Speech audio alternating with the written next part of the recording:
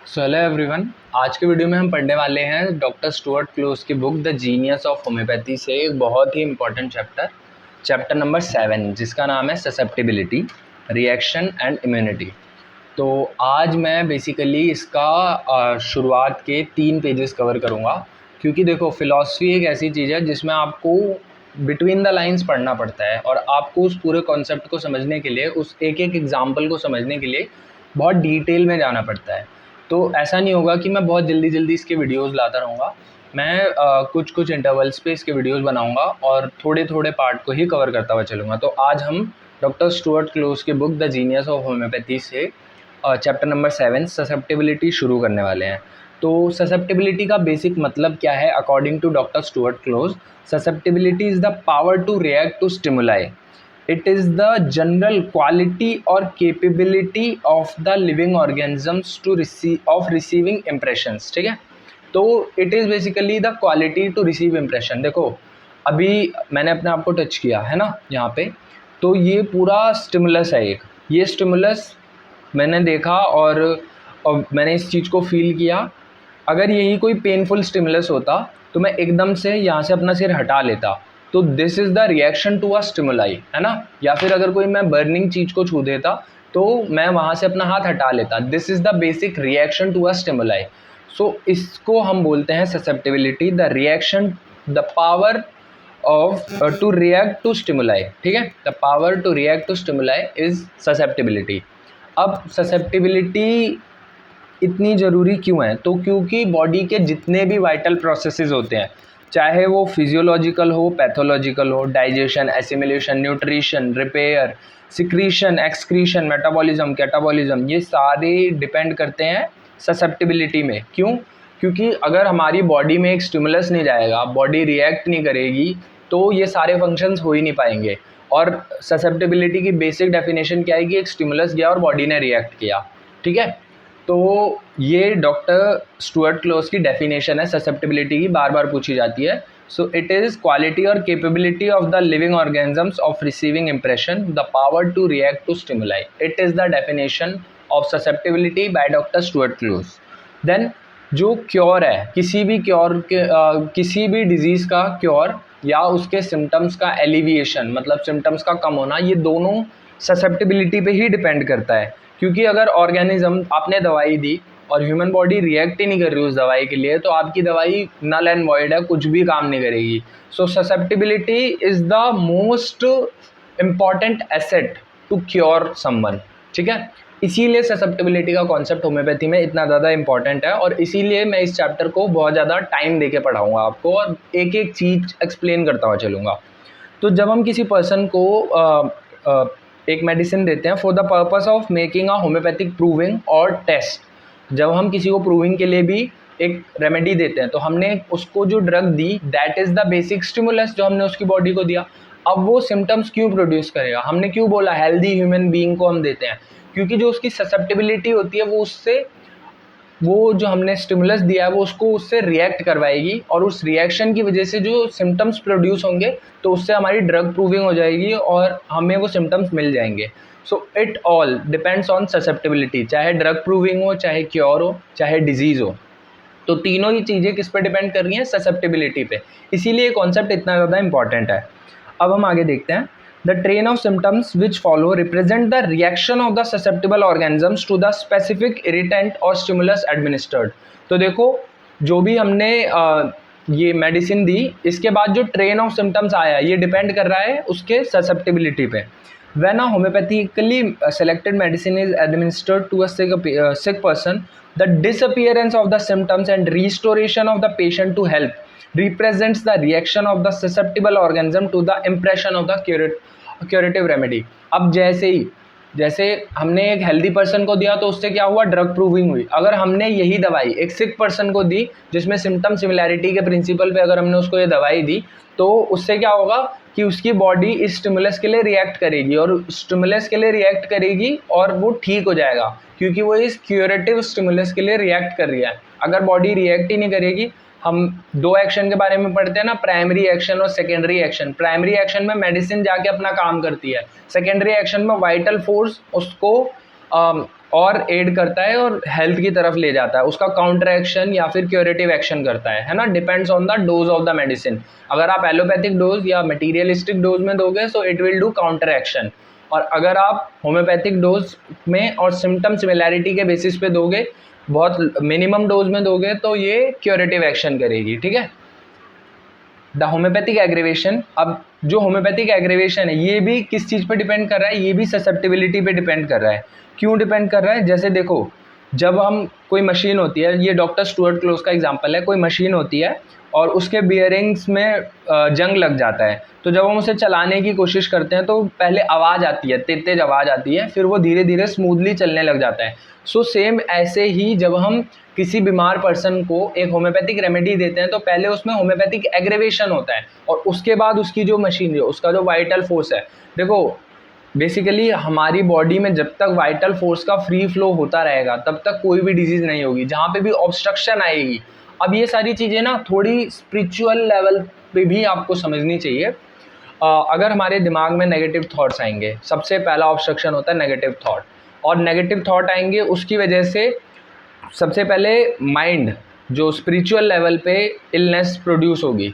अब वो जो मेंटल या स्पिरिचुअल लेवल पे इलनेस प्रोड्यूस हुई है वो साइकिक लेवल पे आएगी, साइकिक लेवल से वो सोमैटिक लेवल पे आएगी, और वाइस वर्सा। पहले या तो किसी को थोड़ा सा बॉडीली डिरेंजमेंट हुआ, उसके बाद वो बढ़ता ही चला गया, फिर वो उसके माइंड ब्रेन को अफेक्ट कर गया, ब्रेन से फिर वो माइंड को अफेक्ट कर गया। देखो ब्रेन और माइंड दो अलग एंटिटीज़ हैं, इनको ना थोड़ा अलग रख के ही पढ़ना हमेशा। कभी भी देखना, हमारी एलेंस की नोट्स तो देखी होगी ना, उसमें नर्वस सिस्टम और माइंड, इन दो के सिम्टम ना बहुत अलग दे रखे होते हैं।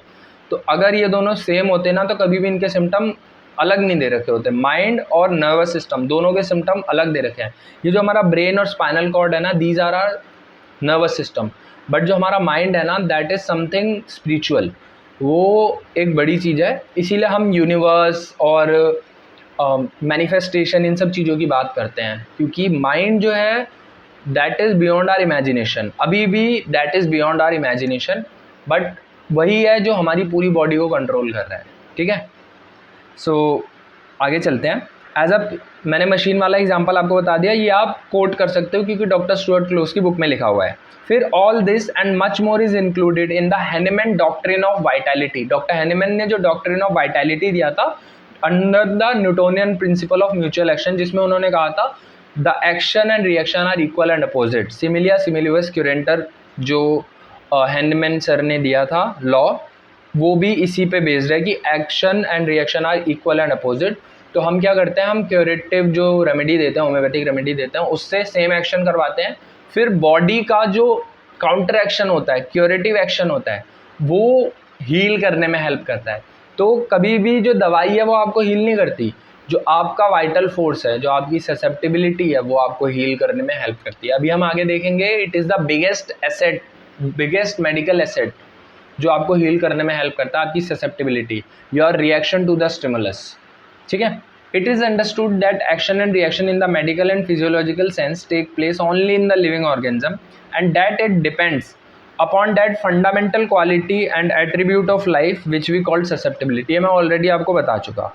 अब हम देखेंगे कि we shall see that kind and degree of reaction to medicines upon depends upon the degree of susceptibility of the patient। अब देखो मेडिसिन हमें कैसी देनी है वो डिपेंड करता है ससेप्टिबिलिटी पे, ठीक है। सो अभी हम देखेंगे कि जो मॉडिफाई करने की, ससेप्टिबिलिटी को मॉडिफाई करने की जो पावर है, यही सिर्फ एक पावर है जो फिजिशियन के पास होती है। हम सिर्फ पर्सन की ससेप्टिबिलिटी को मॉडिफाई कर सकते हैं। अब देखो इसके लिए डॉक्टर स्टुअर्ट क्लोज ने एक एग्जांपल दिया है। कोई एपिडेमिक आया या फिर कोई पर्सन बीमार है और आप दो लोग उससे मिलने गए, एक तो बीमार पड़ गया, ठीक है, एक बीमार पड़ गया और दूसरा बंदा बीमार नहीं पड़ा, जबकि दोनों सेम जगह पे गए थे, वहाँ की एयर में वो उतने ही लेवल के जर्म्स थे और पूरा एनवायरनमेंट कंटामिनेटेड था, सारे सर्कमस्टेंसेस सेम थे, एनवायरनमेंट सेम था, बट वहाँ पे क्या डिफरेंट था, होस्ट डिफरेंट था। होस्ट के अंदर भी क्या डिफरेंट था, ससेप्टिबिलिटी डिफरेंट थी। अब जो ये ससेप्टिबिलिटी का डिफरेंस ये एक दिन में नहीं आया था, ये बहुत पहले से उसमें प्रेजेंट था। क्योंकि बहुत पहले से उसमें ये वॉइड, एक खाली जगह प्रेजेंट थी जिसने इस चीज़ को एब्जॉर्व कर लिया, जिसने वो बीमारी को अपनी तरफ खींच लिया, क्योंकि उसके अंदर वो ससेप्टिबिलिटी प्रेजेंट थी। सो ये बहुत ना डीप कॉन्सेप्ट है, इसको जितनी ज़्यादा सटल अंडरस्टैंडिंग के साथ आप देखोगे ना, उतना आपके लिए अच्छा रहेगा, उतनी जल्दी आपको ससेप्टिबिलिटी समझ आ पाएगी। ठीक है, अब if the physician knows how to modify susceptibility in such a way to satisfy the requirements of the sick organisms and bring about a true cure। देखो अभी मैंने बोला कि ससेप्टिबिलिटी को सेटिस्फाई करना होता है, तो ससेप्टिबिलिटी को सेटिस्फाई करने का मतलब क्या है? सो इसको ना आप ऐसे समझ सकते हो कि एक हमारे अंदर एक वॉइड है, वो वॉइड दो चीज़ों से भर सकता है। पहला कि कोई ये बीमारी एब्जॉर्व कर ले और उससे वो भर जाए, दूसरा कि हम कोई होम्योपैथिक क्यूरेटिव रेमेडी दे दें जिससे जो उस वॉइड को फिल कर दे एंड ससेप्टिबिलिटी सेटिस्फाई हो जाए। तो अब वो वॉइड भर गया, अब वो गड्ढा भर गया, तो अब वो किसी बीमारी को अट्रैक्ट नहीं करेगा, means the person is perfectly healthy now. So इसीलिए हम बात करते हैं हमेशा ऐसे सिम्टम्स की जो किसी भी पैथोलॉजिकल रिपोर्ट आने से पहले ही हमें बॉडी में दिखने लग जाते हैं। दो symptoms are the call of susceptibility, वो पर्सन की ससेप्टिबिलिटी को दिखा रहे हैं। देखो इसीलिए हम कहते हैं कि जिसमें ज़्यादा ससेप्टिबिलिटी होती है उसमें ज़्यादा सिम्टम्स आते हैं, और इसीलिए जिसमें ज़्यादा सिम्टम्स आते हैं, जिसमें हमें अच्छे फाइनर मेंटल जर्नल्स मिल रहे हैं, फाइनल फिजिकल जर्नल्स मिल रहे हैं, बहुत बड़ी सिम्टम पिक्चर मिल रही है, बहुत सारे सिम्टम्स मिल रहे हैं, उन पेशेंट्स में हम हाइयर पोटेंसी प्रिस्क्राइब करते हैं, है ना, टू सेटिस्फाई द ससेप्टिबिलिटी। और जिनके अंदर हमें बहुत ही कम, वाइटल रिएक्शन बिल्कुल स्लो हो गया है, उनके अंदर हम क्या प्रिस्क्राइब करते हैं? लोअर पोटेंसी प्रिस्क्राइब करते हैं। सो कई लोग जो कमेंट सेक्शन में डाउट पूछते रहते हैं कि पोटेंसी कौन सी प्रिस्क्राइब करनी है, उसका आंसर यहाँ मिल रहा है। सो अगर आप मेरे वीडियोस को रेगुलरली फॉलो करते हो तो हम साथ में बहुत सारी चीज़ें सीख लेंगे, और मुझे पता है कि जितने भी आपके क्वेश्चंस होते हैं मैं ट्राई करूँगा कि मैं उन्हें आंसर ज़रूर दूँ, और मैं हमेशा जितने भी आंसर्स देता हूँ वो बहुत रिलायबल सोर्सेज से ढूंढ के बताता हूँ आपको। कभी भी मैं कुछ भी खुद से ऐसा नहीं बोलता। बहुत सारी चीज़ें देखो, अभी भी ये चैप्टर पढ़ाने से पहले मैं डॉक्टर कैंट से भी, उनके भी व्यूज़ देख चुका हूँ ससेप्टिबिलिटी के ऊपर, डॉक्टर एच ए रॉबर्ट्स के भी व्यूज़ देख चुका हूँ। बट वो सारी चीज़ें मैं अभी आपके साथ इसलिए नहीं शेयर कर रहा कि जब मैं वो पार्ट कवर करूँगा तब मैं वहाँ पे, बट थोड़ा थोड़ा ओवरव्यू मैं आपको देता जाऊँगा जिससे आपको एक ब्रॉडर अंडरस्टैंडिंग हो जाए कि ससेप्टिबिलिटी होती क्या है। ठीक है, अब देखो आगे देखते हैं। टू अकम्प्लिश दिस, देखो अब जो सेटिस्फाई करना है morbid susceptibility of the organism को, उसको अकम्प्लिश करने के लिए he must know that susceptibility implies and includes affinity. अब देखो ससेप्टिबिलिटी में आता क्या क्या है, ये चीज़ बहुत इंपॉर्टेंट है। It includes affinity, attraction, desire. अब देखो हम पूछते हैं ना कि क्या पसंद क्या आ रहा है आपको खाने में, एक्यूट कंडीशंस में अगर आपको डिज़ायर मिल रही है, so that is the call of susceptibility. वो आपको ससेप्टिबिलिटी के बारे में बताएगा, पेशेंट को डिज़ायर किस चीज़ की हो रही है, that will tell about his susceptibility. उसकी हंगर कैसी है, उसकी नीड क्या है, और ये सारी चीज़ें अगर एग्जिस्ट कर रही हैं, एक्सप्रेस कर रही हैं, तो जो कंडीशन है लिविंग ऑर्गेनिज्म की वो हम समझ सकते हैं। बट दैट दे में बिकम मॉर्बिड, और कुछ देखो ये सारा नॉर्मल है, कुछ भी खाने का मन करना भूख लगना नॉर्मल है, चीज़ों को चाहना ये सब नॉर्मल है। बट अगर ये मॉर्बिड लेवल पे हो रहा है that they can cause disease, तो वहाँ पे आती है ससेप्टिबिलिटी का रोल। बट दैट दे में become morbid and perverted show cause disease, suffering and death. तो अगर ये मॉर्बिड हो जाए और परवर्टेड हो जाए, जैसे किसी को अगर बहुत ही ज़्यादा अनडाइजेस्टिबल चीज़ें खाने का मन कर रहा है, तो ये एक मॉर्बिड चीज़ है ना, मॉर्बिड ससेप्टिबिलिटी है। वैसे एक बार दो बार स्टूल पास होना बहुत नॉर्मल है, बट अगर किसी को दिन में 10-10 बार स्टूल पास हो रहा है, सो ये एक मॉर्बिड ससेप्टिबिलिटी है उसकी। ठीक है, ही नोज, अब देखते हैं, he knows also that susceptibility implies the existence of the wherewithal to satisfy susceptibility, to supply need, hunger, desire, affinity, attraction, and he knows how and where to find the necessary modifying agent। अब ये physician की बात कर रहे हैं कि एक true physician कौन हो सकता है जिसको ये पता हो कि ससेप्टिबिलिटी होती क्या है और ससेप्टिबिलिटी को सेटिस्फाई कैसे करना है, कौन कौन सी ऐसी चीज़ें हैं जो आपको सही समय पे प्रोवाइड करनी होंगी to satisfy the susceptibility of the patient. It is a well-known fact that the living organism is much more susceptible to homogeneous or similar stimuli than to heterogeneous or dissimilar stimulus। अब यहाँ पे इस concept की importance आती है कि हम similar medicine क्यों देते हैं, क्योंकि जो लिविंग ऑर्गेनिज्म है वो बहुत ज़्यादा ससेप्टेबल होता है होमोजीनियस स्टिमुलस के लिए। अब कैसे इसे ऐसे समझेंगे, देखो हम जितनी भी वो खाते हैं, जितनी भी चीज़ें खाते हैं, अगर हम कैल्शियम खाएंगे तो वो कहाँ जाएगा, वो जहाँ पे के लिए होमोजीनियस है बोन्स और टीथ में जाएगा। कैसे जाएगा बोन्स और टीथ में, क्योंकि वहाँ पे उसके जैसे सिमिलर चीज़ें हैं उसको मिल रही। तो यहीं से कॉन्सेप्ट आता है सिमिलिया का। आप देखो कितनी बारीकी से डॉक्टर स्टुअर्ट क्लोज ने इस चीज़ को समझाया है कि सिमिलिया का कॉन्सेप्ट कैसे आया। ठीक है, अब यहाँ पे देखते हैं, organisms and organ select elements almost similar to their own elements. जैसे मेरी स्किन अपने लिए जो इंपॉर्टेंट एलिमेंट्स है वो चूज करेगी, मेरे टीथ अपने लिए जो इंपॉर्टेंट एलिमेंट्स है जो सिमिलर है, जिनसे मेरे टीथ बने हुए हैं, उन चीज़ों को चूज करेंगी।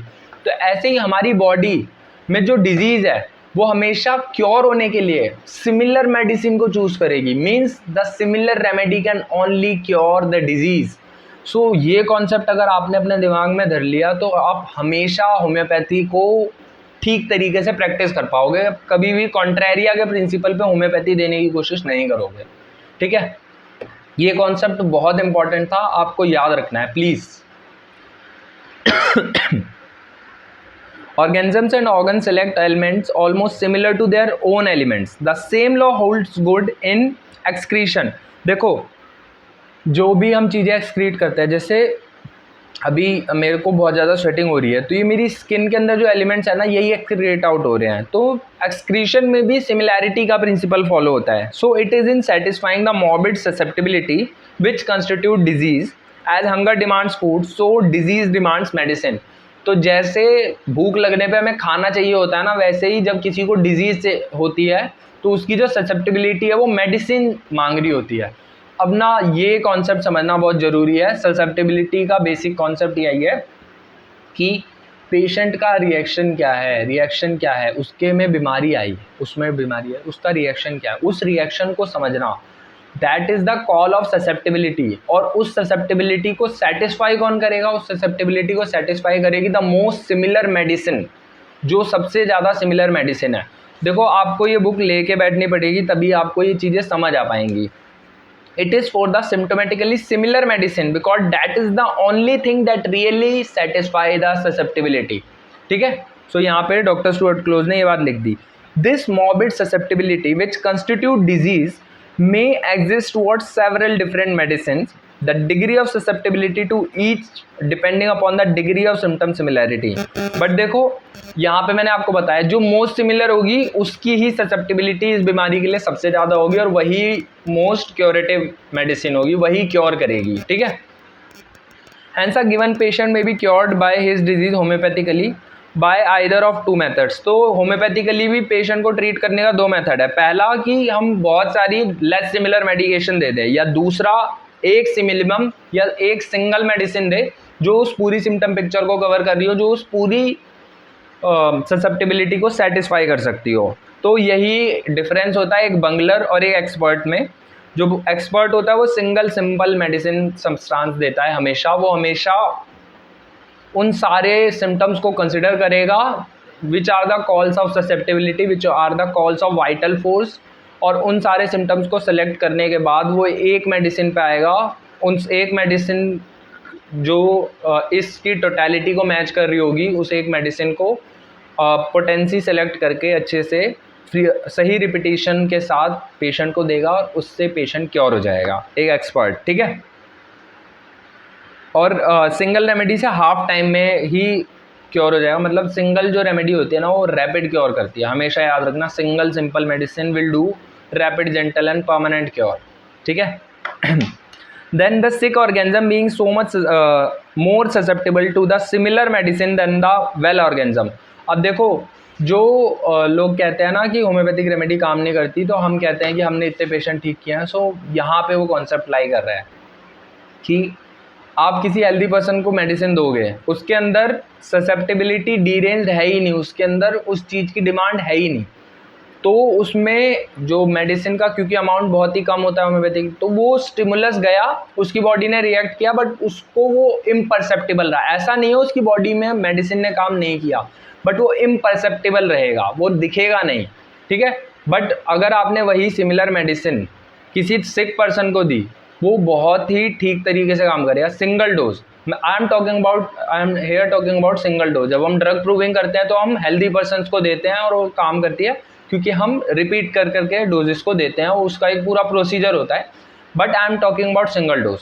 तो सिंगल डोज आपने दी एक सिक पर्सन को, और सिक पर्सन में क्या हुआ, क्योंकि उसकी ससेप्टिबिलिटी उस चीज़ की डिमांड में थी, so he will react so wonderfully, और वो ठीक हो जाएगा अगर रेमेडी का सिलेक्शन है सिमिलिया प्रिंसिपल के बेसिस पे, ठीक है। तो a dose that would produce no perceptible effect on a well person may cause a dangerous or distressing aggravation in a sick person। जैसे आप इसे ऐसे समझ सकते हो कि अगर किसी की रेटिना में इन्फ्लेमेशन है और एक रे ऑफ लाइट भी उसमें एक्सक्रूशिएटिंग पेन कॉज कर देगी, जबकि उसकी हेल्दी कंडीशन में पूरी फुल डे लाइट में भी उसको कुछ नहीं हो रहा होगा। इसको ऐसे ही समझा जा सकता है, ठीक है, कि अगर हम थोड़ी सी भी मेडिसिन देंगे तो वो पूरे तरीके से क्योर कर देगी। क्यों? क्योंकि उस पर्सन के अंदर ससेप्टिबिलिटी प्रेजेंट है। सो अभी के लिए इतना ही करते हैं। मैंने 2 पेज बोले थे, लगभग 2 पेज हो चुके हैं। अब बाकी का इसका जो कॉन्सेप्ट है वो नेक्स्ट वीडियो में करेंगे, क्योंकि मैं नहीं चाहता जल्दबाजी में हम इंपॉर्टेंट कॉन्सेप्ट को छोड़ दें। सो इसके नेक्स्ट पार्ट में मिलते हैं और ससेप्टिबिलिटी को अच्छे से समझेंगे एक एक पॉइंट के साथ। डॉक्टर स्टुअर्ट क्लोज का ये chapter one of the most important chapter है ऑर्गेनॉन की फिलॉसफी में, ठीक है। सो मिलते हैं नेक्स्ट वीडियो में, तब तक के लिए बाय बाय।